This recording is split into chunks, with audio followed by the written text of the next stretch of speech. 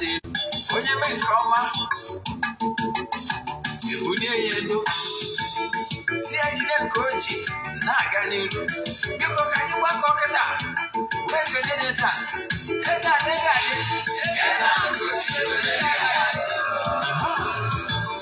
Eze-Ana Ugochi tubelu nwoke ọma na oraifite ị ga-adị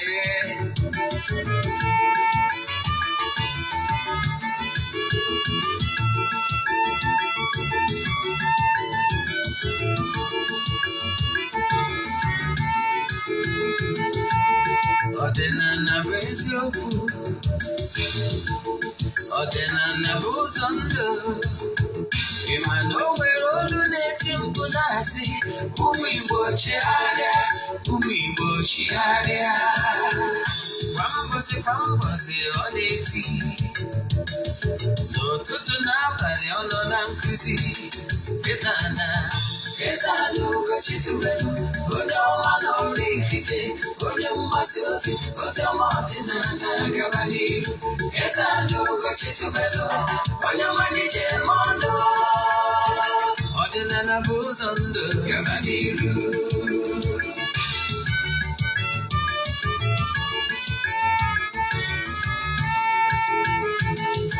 Eze-Ana Ugochi tubelu onye ọma na oraifite onye mgbasa ozi ọma ọdịnala gaba n'ihu Eze-Ana Ugochi tubelu onye ọma n'ije eme ọnụ ọdịnala bụ ụzọ ndụ gaba n'ihu Eze-Ana ga-adị Ugochi tubelu ga-adị Ugochi tubelu tempụl ọ ya adị maka na eziokwu ọnwa chacha ndị okenye ga-anyị from the back ndị oche ndị anyị from the back fọdụ asị kara aka ọgọrọ ụmụ Igbo si anyị rapụ nke anyị na nke feka mma buru Baịbụl bịa akwụkwọ akụkọ wepekwa chọọchị fa obodo ụka abịakwa ụtụtụ ọma na ụmụ ọdịnala Igbo abịakwa m n'oge awa nke eziokwu oge anyị ji awa eziokwu niile agba nke ọ bụ mụnwa bụ Ogbuefi Eze-Ana Ugochi tubelu na-anọ n'isi ya maka ndị ọ bụ tata bụ izizi ha na-afụ m abụ m onye isi nchụaja na Ugochi tubelu ọdịnala tempụl anyị na-agba afa miri emi lụkwazi ọrụ mmụọ dị iche iche abụkwazi m onye isi nchụaja na ọdịnala Restoration Prayer Ministry bụrụkwazi onye mgbasa ozi ọdịnala Igbo so you can call me an ọdịnala evangelist. I will answer. My mission is to help people live better life. N'ụbọchị taa n'oge awa nke eziokwu isiokwu anyị ji bịa n'ụbọchị taa bụ how to install your chi in Okpesi, that is an artifact. You want to call down your guardian angel in artifact. Ọnya ka ji bịa aṅụ na ngwọ maka na nkwụ na-abịa ọnya ka anyị ji bịa n'ụbọchị taa mana bifo anyị gaba n'iru n'ụbọchị taa ka anyị ga-amara ụgwọ ọkwa dị mkpa ị kwesịrị ịma ka ị wee mara ihe na-eme n'Ugochi tubelu ọdịnala tempụl nke mbụgoro bụ na aja anyị na-achụ kwa ọnwa nke ọnwa Septemba ka na-aga n'iru aja mbunye elu aja ịpụta ihe aja esigoro na ya bunye ọtụtụ ndị mmadụ elu anyị anaghị esho testimonies na social media maka na ọ dịrọ necessary ọ bụrụ ihe anyị dị maka ya wee bịa ọ bụrụ ọgbụgbọ oku anyị onye nwa mere ya mana I can tell you na-esigo na aja a na-achụ n'igwe maka na ike dị na aja a na-achụ n'igwe maka na igwe bụ ike wee bunye ọtụtụ ndị mmadụ elu ndị na-esonye na aja a kwa ọnwa ọbụla amarụgo ka esi eme ya o nwere ndị na-esonye na anyị na aja ọnwa ọbụla si almost 2 years anyị ji bido ya na Novemba ka ọ ga-eme 2 years anyị bidoro aja o nwekwarị ndị kwụgoro ụgwọ throughout this year. Yes, ọ bụrụ na ị chọrọ isonye na aja ihe ị ga-eme bụ maka gị bụ onye ọfụ ị forward ya 3 prayer request then you make donation token to the account number ị chatzie m na WhatsApp agwazie gị other details I need from you in order to book you. Ihe ọ pụtara bụ na ị weta ya 3 prayer request I place ya na altar na-achụ aja na-aga ọfọ na-ekwubi okwu n'isi gị kwa ụbọchị ọbụla throughout ọnwa Septemba. Ụbọchị ọnwa Septemba na-agwụsị, anyị na-eje achụ aja dị iche iche na isi ndị niile sonye na ya bụ aja in group. Anyị na-agbata na mmiri je chụọ aja to all the water elements. Anyị gbagọtaje na temple bịa chụbazie aja n'ihu mmụọ dị iche iche nọ na temple n'isi mmadụ dum. Ebe ọ bụla ị nọ, ị nwere ike isonyewu anyị na ya bụ aja, maka na distance is not a barrier n'ọrụ mmụọ anyị na-alụ na temple maọbụ n'afọ anyị na-agba. Yes. Then ọ bụrụ na ị chọrọ isonye na aja ma nke ọnwa October, send them message na WhatsApp 0813 82 43 871. I repeat, 0813 82 43 871. Ka anyị gabazie n'iru na nkụzi ndị ọzọ anyị ji bịa. Mana before anyị mee nke a, ọkwa ọzọ dị mkpa. Ọ bụrụ na ị bụ child of the temple, echefukwana nọ na Saturday a na-abịa n'ụbụ 16th of September ka all the children of the temple na-achụ aja ụta mgbarọ. That is once in a year ritual. Aja ekene to mmụọ na-apụ apụ ihe eji na nchagbu arụsị na-achụ ndị amoosu na-achụ ndị otu nzuzo. Yes. Atụrụ anya na onye ọbụla bụ child of the temple, ị nọ n'oru na ị nọ n'Igbo, ọ bụrụgoro na ị ma abịawu, echefukwa na isendị ihe aja gị per annum. Yes. Ọ bụrụ na ị ma abịawu, isendị ya ego a ga-eji gote ihe a ga-eji chụọ aja n'afa gị. Yes. Then mana ọ bụrụ na ị ya abịa, echefuna na ya bụ aja ga-ebido na 8 in the morning. Anyị gbaa na mkpọda na 8 o'clock ebido ya bụ ịchụ aja. Ya bụ ịchụ aja ga-endịgo by 12 noon. Agbaa na mkpọda na 12 noon o endigo. Yes. So ọ bụrụ na ebe ị nọ n'ime enwe ike ịbịawu na temple before this from 8 to 12 ka e wee nwee ike finish ya aja gị na ya bụ time, ị mara na ọ ga-akarị gị mma na ịbịara ụbọchị Friday. Anyị nwere cheap hotels around, then we nwere ike lodge. Yes, ị bịa Friday maka na ọkụ nwa na 12. Mụnwa bụ Ogbuefi Eze-Ana Ugochi tubelu ama echiga na temple ije chụọ aja ihe mme ọbụla. Ọkụ nwa na 12 anyị banyezie merriment. Ama ngụ n'ụbọchị a ga-ada nnukwu ụda gara maka na anyị nwere ndị egwu ọdịnala ga-etiri anyị egwu ka anyị wee gbara ụmụ mmụọ egwu. Yes, maka na ọ great festival ka ọ bụ. Onye egwu ama ama Chinaza Ada Igbo ga na live. In fact, nwa ya abịa Friday. Yes. Then anyị nwekwara ndị egwu ndị ọzọ dịka ya ije nwa mma ọya na live. Eze nwaanyị mmiri akụ ga-anọkwie live na ndị egwu ọdịnala na ndị ọzọ ndị ga-enwe ndebe ndị mmadụ obi aṅụrị wee gbara ụmụ mmụọ egwu. So all great event. Ọ bụrụ ihe ọ ga-abụ ọkụcha 12 aka nọ na temple na-egbu anụ. No. Then nke a ka ị mara ya amalụ. Ọ bụrụ na ị ma abịawu ise ndị egwu ihe aja gị, ọ dị very important. Then ụbọchị ọ ga-abụ nnukwu mmemme. Yes. Nke ọzọ dị mkpa nchọrọ ịma ọkụ ya bụ, ọ bụrụ na ị laikiri nkụzi a na-akụzi kwa ụbọchị na ị chọrọ ka ị ga-enwe nkụzi ọzọ eneghị anya na ị na-anụ olu m site n'Eziokwu TV, ihe ị ga-eme bụ ijee na YouTube channel Ogbuefi Eze-Ana Ugochi tubelu na oraifite. Ị ga-afụ all my teachings. Anyị nwere over 1000 lectures. Nkụzi niile m na-akụzi kwa ụbọchị n'ọdịnala Igbo for over years. Yes. Ọ bụrụkwa nne na watch from Eziokwu TV, o nwee Nollywood movie ọbụla ịwọchịrị na Eziokwu TV, ọ bụrụ na English ịka chọrọ ịwọchị ọzọ, jee na Ugochi tubelu movie production na YouTube ka ịwọchị ya. Ọ bụrụ na Igbo movies, jee na Eziokwu TV Nollywood movies ịwọchị ya ọzọ. Ọ bụrụkwa nnọọ mmemme ọbụla anyị na-eme na Eziokwu TV ịchọrọ ịwọchị ya, jekwa na Eziokwu TV na YouTube ịwọchị ya. Then ka anyị gabazie n'iru na nkụzi anyị ji wee bịa. Ọgwụ ikpeazụ, echefukwana na 26th of September na anyị ga-enwe audition. Dịka anyị si gwa gị na our mission is to help people live better life. Ọ bụrụ na ị nwere onyinye ihe gbasara ime ihe ejije na ịchọrọ ịlụ na Nollywood, ịchọrọ ịbụ an actor maọbụ actress, maọbụ na ịchọrọ ịlụ as a cameraman, DOP, and rest of them, then kabarụ bịa audition anyị na-enwe, anyị ga-enwe na 26 time 12 noon. Ọ bụrụ na ị na-esonyere m na Facebook, ị ga-enwetakwa mgbasa ozi ya, our poster for it. you must be at Jesus bus stop that day after the address before 12 noon. Ka anyị gaba n'ihu na nkụzi anyị ji bịa. Nkụzi anyị ji bịa n'ụbọchị taata bụ how to install your chi in Okpesi. Gịnị bụ chi? Chi gị bụ chi onye ụwa gị. Ndị ụka kpọrọ ya guided angel. Ihe nchọ ka nkọwalụ gị bụ etu ị ga-esi wee nwee ike ịkpọtụ chi gị. Ajụjụ ụfọdụ ndị mmadụ nwere ike ịjụ, ọ dị possible mmadụ ịkpọtụ chi ya n'Okpesi? Answer to your question is yes. Ka nkọwalụ gị, ọ bụrụ taata ka mmadụ ịkpọtụ chi ya n'Okpesi bidoro. Yes. Ọ bụrụkwanụ taata ka mmadụ ịkpọtụ ụmụ mmụọ bidoro. Ka mmalụ ga-atụ. Ọ bụrụ na ndị ụka Rom, yes, ndị Roman Catholic ịma.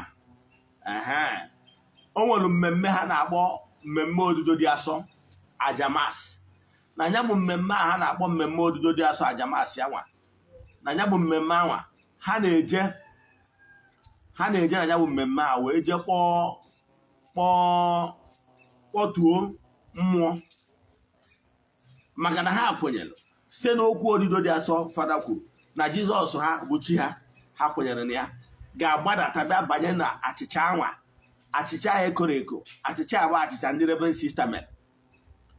And the father kwuchara n'okwu anwa by believe o believe o kwuchara ya o kwenye na Jizọs ha agbadatago banye na ya bụ olili nsọ. Ifude na fada ga-ebido na-eje no fletch a na-akụ bel ọ na-eje no fletch. Ọ kasị ụka olili nsọ ndị ọdọfọ ọnụ denụ ịfụ ka o burie jebe na ada otiri na mostras ma ọ bụ na o ji etinye buru communion plate buru eje tinye na chapel. Ịghọtara ya n'ime tabernacle.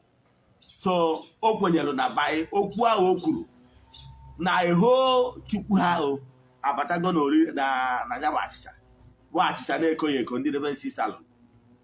Ịghọtara ya? Mana before ndị ọdịnala na-emebu ihe dị n'ọfụ mgbe gburugburu. Yes, maka na anyị kwenyelụ na mmadụ nwere onyinye ịkpọtụ mmụọ abanye n'Okpesi ma ọ na artifact. Ọ dị very possible.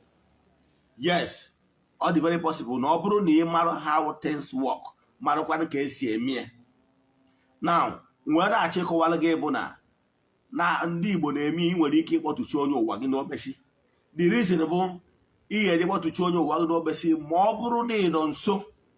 O nwere ihe ndị mmadụ na-eme na akọwara ndị mmadụ na ọ dị wrong. Gịnị dị ife anwa? Ihe dị wrong bụ ihe mmadụ ji akpọtụchi onye ụwa ya n'Okpesi bụ ka chi onye ụwa ya wee binyere ya.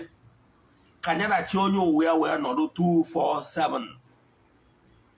Ọgwa because of this reason ka ndị nna nna anyị ha because of their wiseness ji wee kpọtụọ anjelu nke Chukwu na okwu mmụọ dị iche iche a na-akpọ okwu alụsị.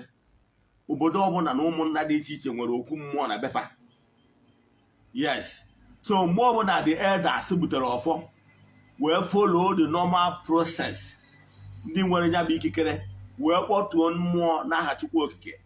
Enwere ike ịkpọtụ masculine spirit, enwere ike ịkpọtụ feminine spirit. Dịka isi wee malụ na okwu mmụọ dị iche iche dị na be anyị n'ogwugwu feminine spirit. Amadioha, Ụlaasị na ndị ọzọ na udo ha bụ masculine spirit. So ndị ọdịnala Igbo kwenyere na eme the right thing, follow the normal process, na mmadụ nwere ike ịkpọtụ anjelu nke Chukwu na ụdị mmụọ na ụdị alụsị kpọtụo ya. Ọ nọrọ n'etiti ndị mmadụ n'etiti ndị obodo na-agbarụ ndị mmadụ ọgụ na-ekpe ikpe ziri ezi. Maka na arụsị ọbụla akpọtụrụ n'obodo nwere ihe eji kpọtụo ya. Etu ahụkwa ndị nna nna ha si wee nwee ikikere ịkpọtụ mmụọ obinyere anyị. Etu a ka gị nwa bụ onye ọma na-ege m ntị nwekwara ikikere ịkpọtụchi onye ụwa gị ya guide na njel nye ya ọnọdụ kpọtụo ya ka gị na ya nọrọ 247. Mana ọ bụ ihe adịrọ mma. Ụfọdụ ndị mmadụ na-eme dị very wrong. N'ihi ga-eje kpọtụọ chi onye ụwa gị n'Okpesi buru eje debe na be dibịa. Ọ dịrọ necessary. Yes. Ọ bụrụ na condition na ị nwere conducive environment ma ọ na things are not, ị nwere ebe dị oke ị nwere ike ịnọ ma ọ bụ na ị nọ na mba dị anya ebe ị nwere ike imewu some certain things on your own.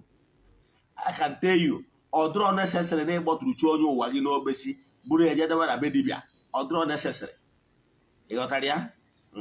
Ọ dịrọ necessary. Etu anwa ndị ụka Rome nwere ike isi kpọtụchi ha bụrụ ebuje na Anglican Church. Ọ dịrọ possible. Ọ ga-abụrịrị within the proximity of ebe a nọ wee mie. So gịnị ka m na-ekwu maka ya?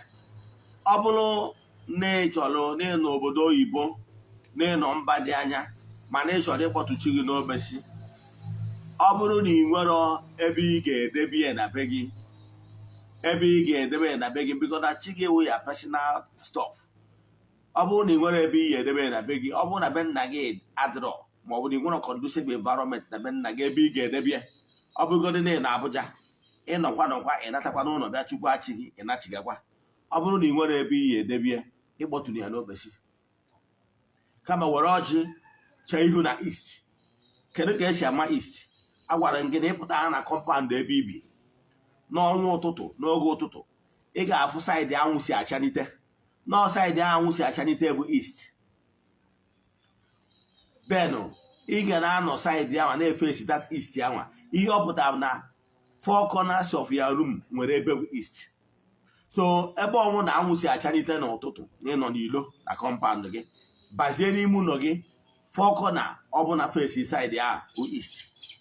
So ị nwere ike ị na-eche ihu n'anyanwụ were na-akpọkụchi gị, weda ma ị nọ n'ime ụlọ ma ị nọ outside ma ị n'obodo oyibo, ebe ọbụla ị nọ, ị nwere ike iji ọjị, ị nwere ike iji nkwụ ọkụ, ị nwere ike iji nzu, ị nwere ike iji edo.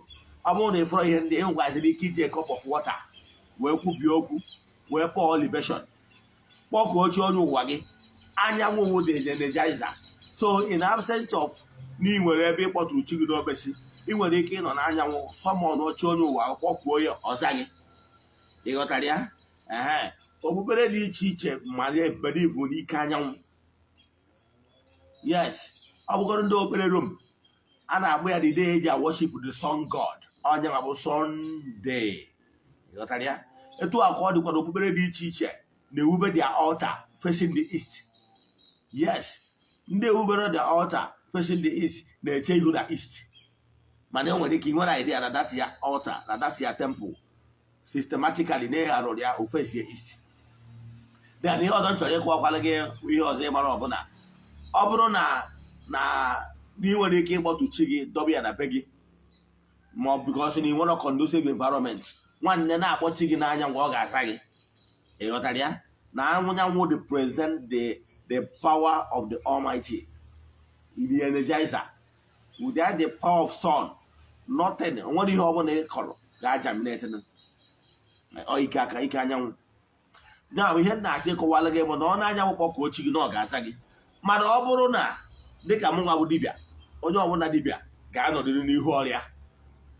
O nwere dibịa ọbụla enwero chi ya n'Okpesi. O nwerekwanụ onye ọdịnala n'ọrụ onwe ya nwere conducive environment nwere ike inwe chi ya n'Okpesi, except ndị n'obodo oyibo ịma na the environmental factor will not permit them. At least ha nwere ike enwere law against killing of animals. Some of them will not even be able to do it. I understand more. Yes. Now, ndị na-etu a nwere ike ige the services of another person ma ọ bụ na ha ga-emewu ya n'onwe ha, doo ya n'anyanwụ wee kpọtuo chi ha ya asa ha. Mana ana m ekwu maka gị nwa bụ onye nọ Nigeria nwere conducive environment ebe ị ga-adọba ya, ma ọ bụ na-akpọrọ gị ọrụ, ma ọ bụ na iwu dibịa chọrọ ebido, ị ga-akpọtụrụ chi gị n'Okpesi. Yes, mma akọwara gị ihe bụ Okpesi, eji m ya sampụl ya wee bịa. Mma akọwara gị ihe bụ that artifact ị na-afụ.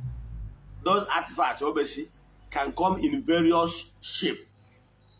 Yes, they can come in various shape and size. The shape and size, the size does not really matter. Hear them about what they represent. Yes, ngwagwa gị na Okpesi na-enwere Okpesi nwoke, nwe Okpesi nwanyị. Yes, then nwe Ikenga, mana Ikenga remains the same. Ikenga remains the same. Ikenga na-enwe 2 horns. Forget is here about the sheep. Akavụrụ ya. forget ya the shape aka bụ na ihe dị mkpa bụ na ọ ga-enweta 2 horns ya ma bụ ikenga. Nwee chọọ ka nkọwalụ gị okpesi chi gị bụ ya reincarnator, mana enwere mmụọ sochi gị. Mmụọ sochi gị bụ the spiritual force ya na chi gị na-ebi ọma, ya na chi gị bụ one. Yes, that spiritual force nwa sochi gị, don't divide it with ya chi. Akụzigo m ihe gbasara chi onye ụwa mmadụ many a times. Ikwena ka mmadụ ọbụla split chi gị na ikenga chi gị. O nwere ndị ya ajekwu ha sị gị fidie chi gị iche, fidie onye ụwa gị iche. Ikwena like that. You know why? Chi gị na ikenga maka na unu adị adaba gara uko. Nọ ife kwuru ife akwụdebie ndị Igbo na-atụ n'inu. Ịghọtara ya? So chi gị na ikenga gị one. So mgbe onye abata nna akụwara ndị mmadụ ihe mma akụwara gị bụ chi onye ụwa mmadụ. Chi onye ụwa mmadụ. There are two. Don't split it. Don't allow them to say you chi iche, onye ụwa iche. Because if you allow that, they will tell you to feed your chi separate, feed your onye ụwa separate. It doesn't work that way. And my God, the right thing. Onye abata gị na ọ bụgo nna nna akpọtụrụ mmadụ chi onye ụwa ya n'obesi. Ọ bụrụ na akpọtụcha chi onye ụwa ha n'obesi, mgbe a na fọm bido ịkpọtụ ya mme ajụcha, the okpesi ga-represent the reincarnator onye ụwa. Then the ikenga ga-represent the spiritual forces. Then two of them, I will bind them together to show you that they are one. Maka na igwe bike ịghọtara ya, ijikọ chi gị na ikenga gị ọnụ, ha bụrụ ofu, ha ga-agbarụ ọgụ dịka igwe. Ịghọtara ya? Maka na ama ndị marọ ihe nwere nsogbu n'ọdịnala Igbo bụ n'ọdịnala Igbo enwero teachers, enwero written documents dịka catechisms ndị mmadụ ga na-agụ. Then ọnya betara, so ndị be anyị aghọtara the importance of why they are doing some certain things in ọdịnala. Therefore, ha enwero the actual knowledge of etu ihe si adị ma ọ bụ ihe eji eme nke. So ọnya mere mgbe ndị ụka ọbịa bịara, ha nwere izi ịghọrị ha. So ihe na-achịkọwala gị bụ na okpesi gị na ikenga gị one. Feed them as one unit. Please, for your own good, don't split them. Ịghọtara ya? Then nke ọzọ chọrọ ịkọwala gị bụ na okpesi ya nwa, ọ bụrụ na ị chọrọ ịstọchi okpesi ya ka nye gị example ka ịghọta ya na-akọ. Ihe ịfụrụ nji n'aka na ka ngosi gị ịghọta ya. Ihe ịfụrụ nji n'aka na ka na-agba okpesi chi. Yes. Okpesi chi a, yes, nke a representri nke nwaanyị. Udo mgbe ụfọdụ dependere na the onye ka hụrụ ya nọ. Yes, the concept. Mana nke a generally gathered out bụ nke nwaanyị.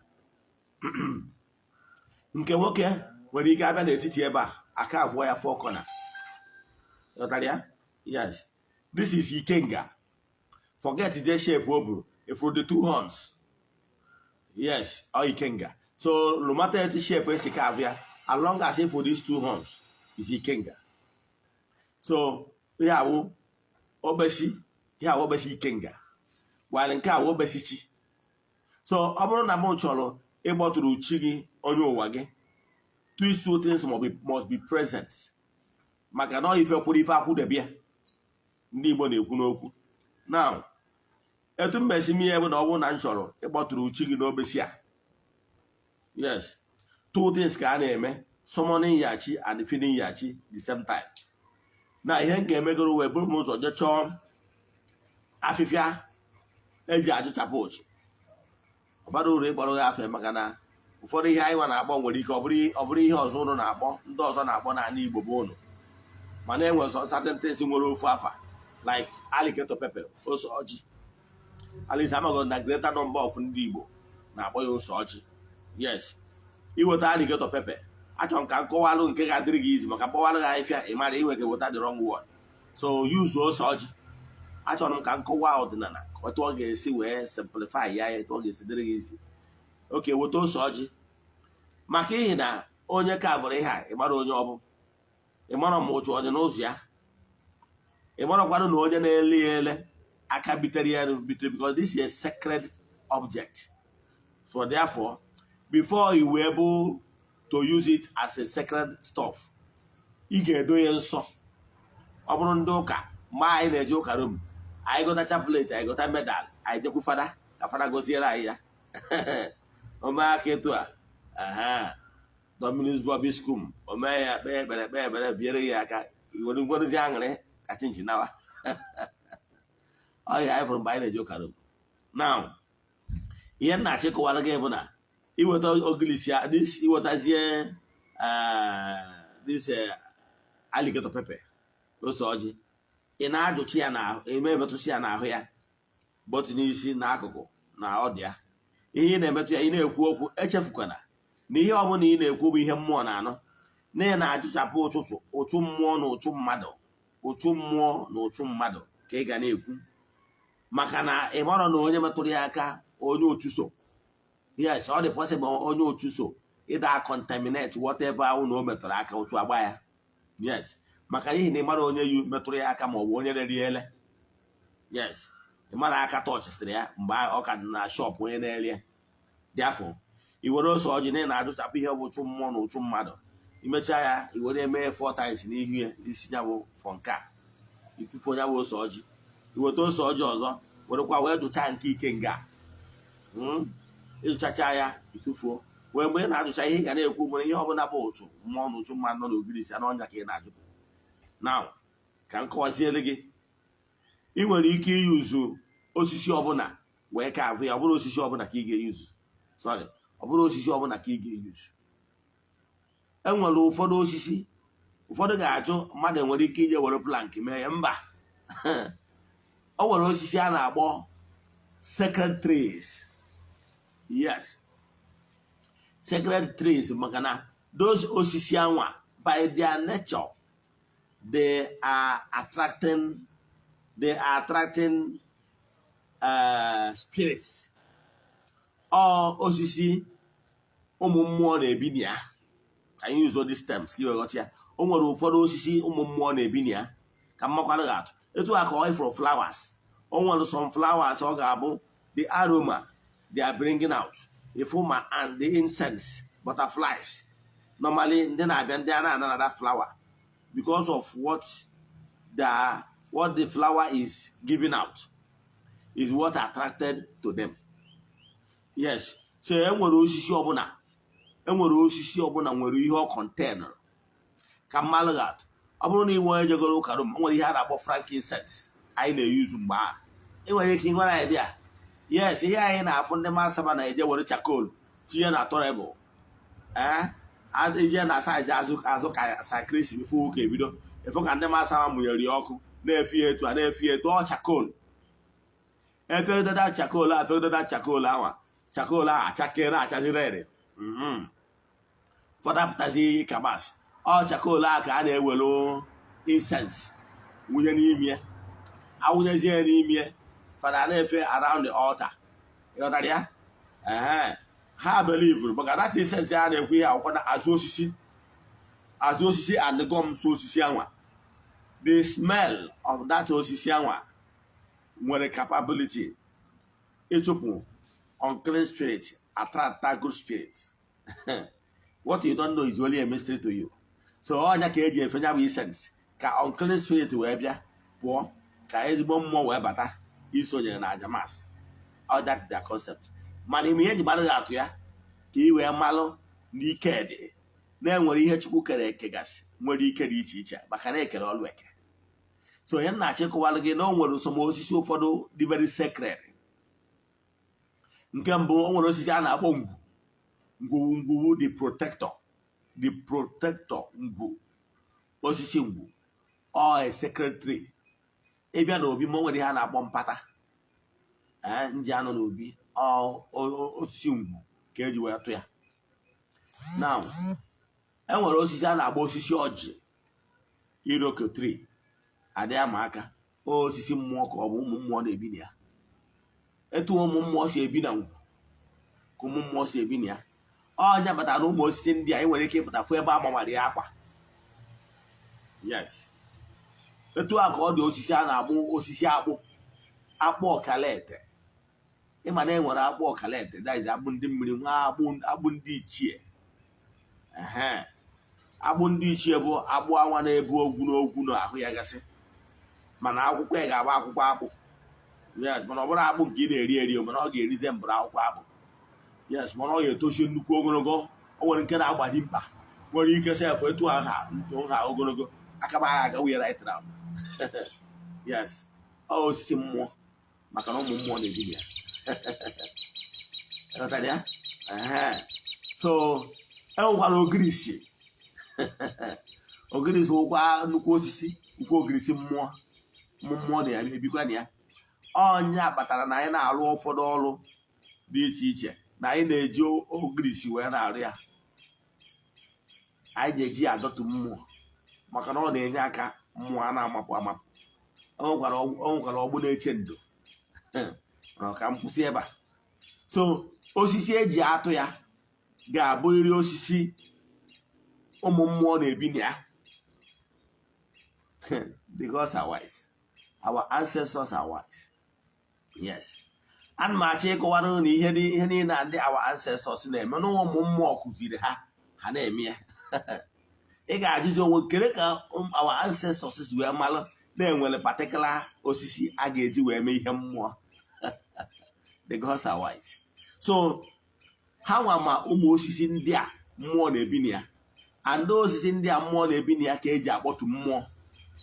Ịghọtara ya? Osisi ndị a mmụọ na-ebi na ya ka eji akpọtụ mmụọ maka na ihe kwuru ihe akwụdebe ya. So ihe a bụ osisi ọjị. So iwere osisi ọjị wee kpọtuo chi onye ụwa mmadụ, ọ ya anọ maka na n'ime osisi ahụ ịkpọnyere ya ewu osisi mmụọ na-ebibu naturally. Ma ọ bụ na iyi nzuru osisi ogilisi like this one, ị nwere ike iyuzu ogilisi maka na ogilisi bụ osisi ya na mmụọ na-ebi ọma, mmụọ na-ebi. Ebe ọ bụla ịfụrụ akụrụ ogilisi like oge nne when I was building this my duplex, o nwere ụfọdụ ogilisi dịgasị n'ebe dị anya like fall within the place a ga-alụ ụlọ. Eji m ose ọjị na ihe ndọda wee jee mee ya etu esi eme egwu ya na ogilisi na mmụọ si enu na development abatago ya na ọgha na ụzọ mee mmemme esi eme bifo abụpụta bụ ogilisi wee lụọ ụlọ ya. Maka na ụfọdụ ogilisi fụkasị wee ebe a nọ wee mee mmụọ, ebe a dọtụrụ mmụọ gboo. Yes, like ịbịa ebe enyi my father, ị ga-afụ ogilisi nọ dị ya. Ọ bụgoro in next 200 years my children ha pụta ya ama na ebe a ogilisi adị na o nwere ihe mmụọ emere dị ya. So of kitchen ị nwere ike ijikwa ọchị wee je dị ya etu ogbo si wee ma. Ọ bụrụ na nwoke ịfụ ya na ogilisi nwoke ka nzọrọ dị ya. Ọ bụrụ na nwaanyị fụ na ogilisi nwaanyị ka ya azụ n'isi ya. Ka ahụ lecture for another day. So ị na-achịkwala gị na enwere ike iyuzu ụmụ osisi ndị a those secretaries wee mee obesichi. Yes, enwere ike iji those secretaries wee mee obesichi. Yọtara ya? Now imezie ya ịkpọtuo mmụọ. Etu esi akpọtu mmụọ bụ nwaanyị. Ọ bụrụ na iwu nwoke ejichachago osisi a wụchọ ihe dị ka akwa white wee banye ndị ya isi obesi na abụọ ọnụ maka na ha abụ ofu, wee debe ya wee wonye oke ọkpa ọkụkọ ejiri ọwụ n'igbu nwoke si na taa ihe eji oke ọkpa bịa, ihe eji ọjị bịa, ihe eji nzu, ihe eji edo, ihe eji nkwụ, ị ga-eji ji maka na ị chọrọ isiri ya ite. Echi wọchị ka esi efidichi onye ụwa gị, jee na our Nollywood movies, Ugochi tubelu movie productions, ma ọ bụ ije na eziokwu TV Nollywood movies, ị ga-eje wọchị ya fim anyị kpọrọ The Anger of the Gods. Ifu ebe nkụziri mmadụ etu esi efidichi onye ụwa ya na ya movie, jee wọchị ya ka ịbụ the practical. However, mma akụwakwu ya ebe a. Iweta etu ikechigochi gị ahụ idebe ya, iweta akwụkwọ ogirisi debe n'iru ya, iwee were ọjị wee kpọkuo gọọ ọjị, kpọkuo chi gị na mmụọ niile so chi gị nyara ike nga ha, nyara n'aha Chukwu okike nke pụrụ ime ihe niile ha gbadata na taa na gị nwa bụ onye dị etu a na-akpọtụ ha n'obesi a na ịchọrọ ị na-akpọ gị uche onye ụwa ka ọ banye n'ime obesi a, nyara ike nga ya na mmụọ niile na-eso n'obesi a ka ị ga-anọ wee na-echukwafa. Imesịa ya ịwapụrụ ha ọjị, ịwachara ha ọjị ịtụọ ha nzu tụọlụ ha edu tụọlụ ha nkwụ ọkụ iweruzie oke ọba ahụ iji dịka nwoke ọ bụrụ na ọnwa ya uzuo nnekwu ịgbozie esi uche onye uwe na taa na ị na-achụrụ ya aja ihe mmehie taa anyị na-agbakọ ya n'Okpesi a with power of this blood sacrifice ị na-enye ya biko yọzie ihe niile dị mkpa n'aha Chukwu okike nke pụrụ ime ihe niile echefukwana mgbe ọbụla ị na-akpọtu mmụọ na-etinye n'aha Chukwu okike nke pụrụ ime ihe niile maka na ike Chukwu bụ karịsịa karịsịa mmụọ ọbụla ịsọ mọlụ n'aha Chukwu okike bọsobe so ịkpọchazie ya igbo onye bụ ọkụkọ ọ bụrụ na onye chọrọ inwe ọfọchi ya igote ọfọchi yes o nwere ụbọchị nkụzi maka ọfọ mana emecha mma akụzikwa ọzọ inwe ọfọchi gị ị ga-ajụchakwa ya etu isi jụcha nke a idebie so that igbuso ọbara anwa na ụbọchị chi gị a yara ike nga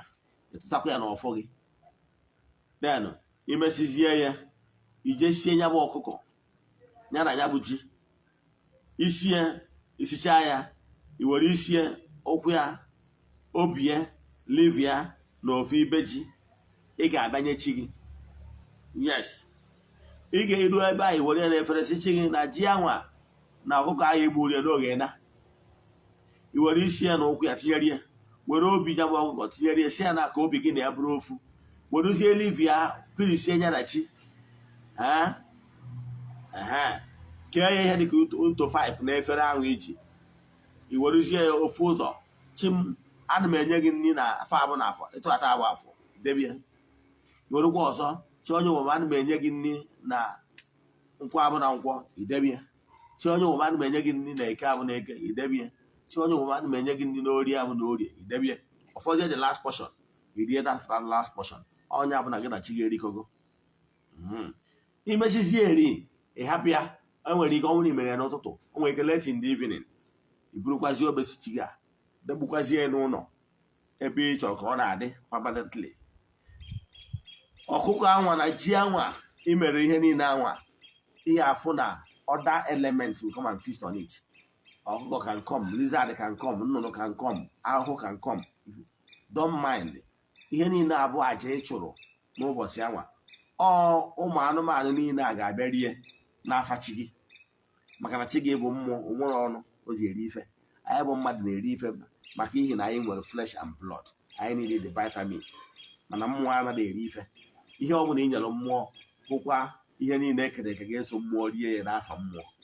Example, adị m aṅụ alcohol mana ndị mmadụ na-abịa na temple na-ewetara m nkwụ dị iche iche mgbe ana m adị very happy maka na onye na-etu alụtara Ogbuefi then mana nkwụ na-etu ana m ewerekwa ya nyekwa ndị mmadụ a na-aṅụ adị m enwe aṅụrị maka na ndị mmadụ na-aṅụ ya etu a ka ọ dị ụfọdụ ndị mmadụ na-ewetara m ihe onyinye dị iche iche mma adị very happy kene onye at least na onye alụtara Ogbuefi mana emechakwa ewere m ya nwere ike were nyekwa ndị mmadụ na ọ bụrụ ihe m adị eri ha na-eri ya ana m adị happy ịghọtara ya ihe nyiwe okwube ihe abụọ ka e wee ghọta how things work. So ihe chi gị dị happy iwu na ichitara ya wee gbuo onye bụ ọkụ sie nya bụ ite n'afịa. So imesi ya na-eto ịkpọtụko chi gị etu ihe ịkpọtụzi chi gị ahụ ị ga na-emezi ị nọ ị ga-atụọrọ ya nso like mụnwa every morning ejego na temple tụọrọ ma chi m nso tụọrọ mmụọ niile ndị ichie ezumezu mmụọ niile na temple tụọrọ ha nso one after the other walụ ha ọjị wee yọọ ayịyọ n'isi children of the temple and friends of the temple ya na ndị enyi anyị ndị ọzọ ndị ihe anyị na-eme na-amasị. So etu a ka esi eme. So eji m n'aka na ịmụtalụ ihe nkọwalụ gbasara mmadụ ịkpọtụ chi ya. Agwara m ụnụ my mission bụ ka nkụzielu onye ọdịnala ọbụla etu ị ga-esi na-eme some of this spiritual work. My intention, my mission bụ ka 70% of my audience mmadụ ka esi alụ ụfọdụ ọrụ mmụọ n'onwe fa. So only 30% ka dibịa ga-alụrụ gị nke dibịa ji bụrụ dibịa. Yes, o nwere ihe ga-eme involve alụsị maọbụ ihe ga-eme involve oke mmụọ gị nwaanyị emewu dibịa nwere ihe o ji bụrụ dibịa nke aka dibịa ya emere gị mana ụmụ this minor ritual yes ị ga-emewuru ya onwe gị. Ọnya ka m ji wee na-akọwara ndị mmadụ wepụta time na-abụ ọnụ data wepụta by time na-akọwara ndị mmadụ maka na my mission bụ ka ndị mmadụ ka esi eme ọtụtụ ihe maka ọdịmma nke mmadụ dum. Eji m n'aka na ịmụtara ihe na ihe gbasara ịkpọtụ Okpesi chi. Ihe eji akpọtụ ya bụ na chi gị agba n'ogo ịnya mist ị na-atụziri ya nzu ịpụta ụtụ nye ma ya nzu ụtụtụ tụọ ya nzu wee yọọ ya ayịyọ 08056719443. Eji m n'aka na ịmụtara ihe taa ka m kwụsị ebe a. Ihe ọzọ m chọrọ ịkọwara gị bụ n'oge awa nke eziokwu bụ ọ bụrụ na ị laikiri nkụzi ihe ụta, gwa ndị mmadụ maka soshal midia anyị, gwa ndị mmadụ gbasara eziokwu TV. Yes, then anyị ọzọ nwere nna ya gị bụ ọ bụrụ na o nwere ajụjụ ị nwere na nkụzi a, ma ọ bụ na ịchọ ka a gbaara gị afa mide, send ya meseji na WhatsApp 0813 82 3443 8243 871. I repeat, 0813 8243 871. Yes, send the message in here. I get your aka.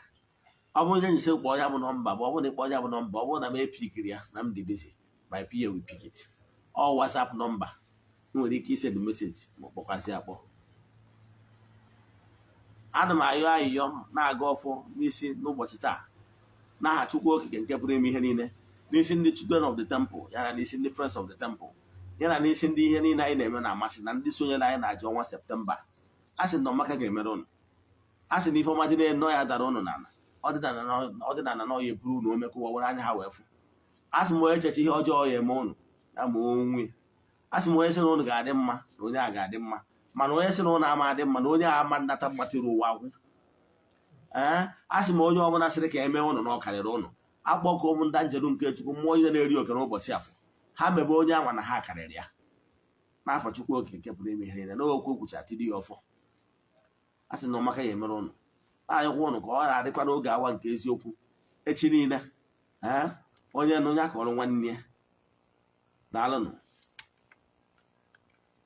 ndị enyi m ndị YouTube, ndị ezi enyi m metara onwe m. Yes, ọ bụrụ na o nwere personal thing dị gị mkpa iji wee chọọ imit m, iji wee chọọ chat m personally, please don't call. Send message on my WhatsApp. I can assure you. O nwere ihe ga-emekata ebido ọbụla ka anyị ghara irespond to WhatsApp message you send them personally. I can assure you. Send them message on my private WhatsApp number 0805 78 37 672. I repeat, 0805 78 37 672.